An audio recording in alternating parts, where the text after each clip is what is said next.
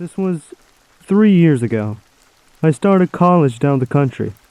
I was 18, on Tinder.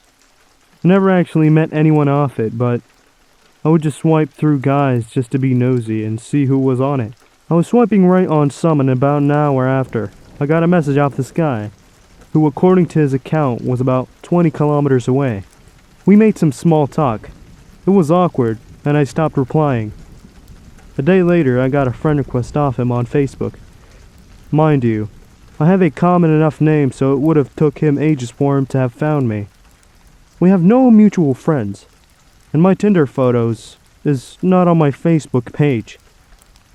The only thing I had on it was the university I was attending, so maybe that's how he found me, but I don't know.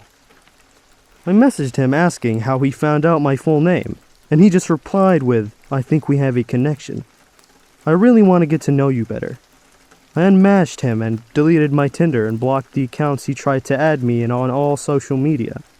After that, it was quiet for a few months. I was staying in digs and was knuckling down as I had lots of assignments from the get-go.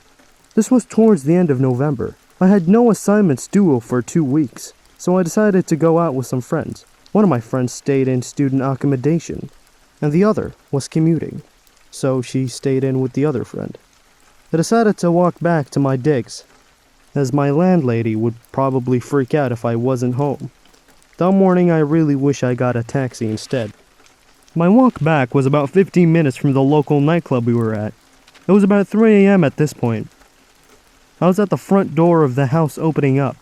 The door was annoying as it had 2 different locks, and I had to pull the handle towards myself to head. It's also tough when you're tipsy and trying not to wake up the family you're staying with.